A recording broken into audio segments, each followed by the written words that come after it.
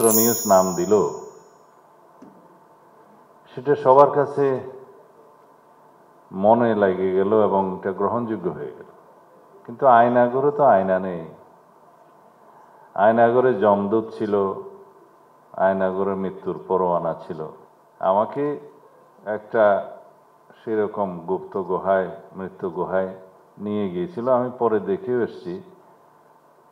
তা আমি তখন যদি আমার চোখ বন্ধ না থাকতো, তাহলে হয়তো আমার কাছে বিশ্বাস হতো না যে এখানে একজন মানুষ থাকতে পারে।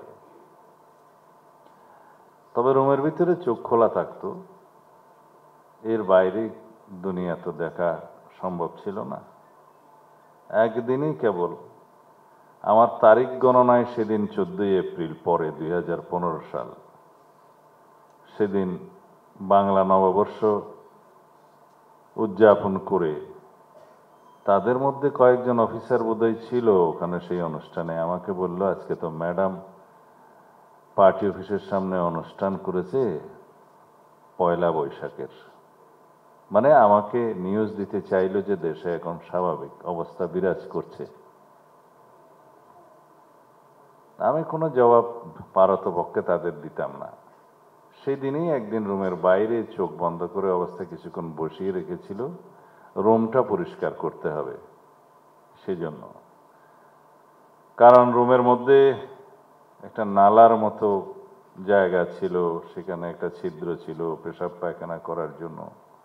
একটা ওয়াটার ট্যাপ, পানির ট্যাপটা ছিল, ওইটাই সব কাজে ব্যবহার করতে হতো।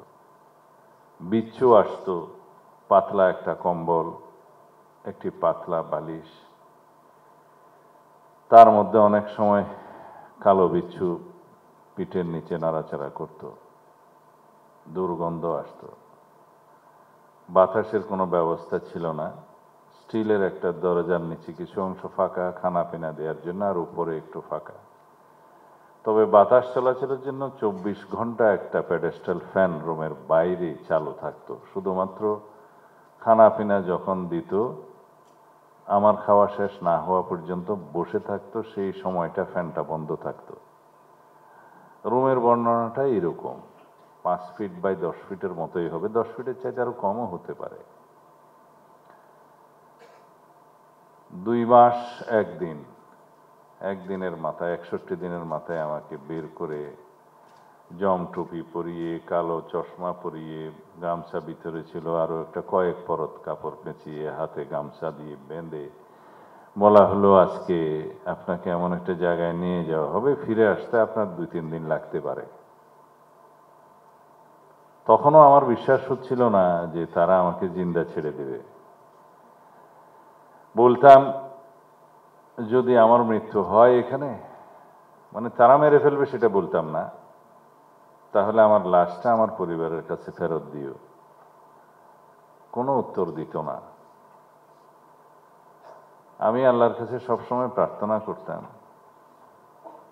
যে আমাকে, যদি আমার জীবন থাকে, হায়াত থাকে, আমাকে ইমানের সাথে জিন্দেগি দিও, ইমানের সাথে মৃত্যু দিও। আর যদি এখানেই আমার মৃত্যু থাকে, তাহলে আমাকে ইমানে মৃত্যু দিও। দেশের জন্য প্রার্থনা করতাম, দেশের জনগণের জন্য প্রার্থনা করতাম। আমি খুব বিশ্বাসী মানুষ, আমি অনেক কিছু দেখেছি, সেই জন্য অনেক অবিশ্বাসী মানুষকে বলি, যদি কোনো অবিশ্বাসী মানুষ আমার সামনে আসে, তাকে বলবো যে আমি শুধু আল্লাহর অস্তিত্ব চোখে দেখিনি, কিন্তু আমি অনুভব করেছি, আমি আরো অনেক কিছু জেনেছি, আমাকে অনেক কিছু দেখিয়েছে আল্লাহ রাব্বুল আলামিন, সেগুলো আমি বাস্তব জীবনে পেয়েছি। কিভাবে, কোথায় আমার মুক্তি হবে, সবকিছু। এটা হয়তো যারা বিশ্বাস করতে চাইবেন, বিশ্বাস করতে পারবেন, অনুধাবের বিষয়। আমি একজন রাজনৈতিক কর্মী হিসেবে আপনাদের সামনে এই কথা বলতে পারি, যদি জনগণ আমাদেরকে ম্যান্ডেট দেয়, ইনশাআল্লাহ এই গুম প্রতিরোধের জন্য, গুমের সংস্কৃতি নিশ্চিহ্ন করার জন্য প্রথমেই আমাদেরকে যা যা করতে হয় আইন প্রণয়ন সহ, এবং সেটা কার্যকর করার জন্য সবকিছু করা হবে। আমরা সেই বাংলাদেশের জন্য অপেক্ষা করছি, যে বাংলাদেশে কোনোদিন গুমের শিকার হয়ে কোনো ব্যক্তিকে রাস্তায় দাঁড়াতে হবে না।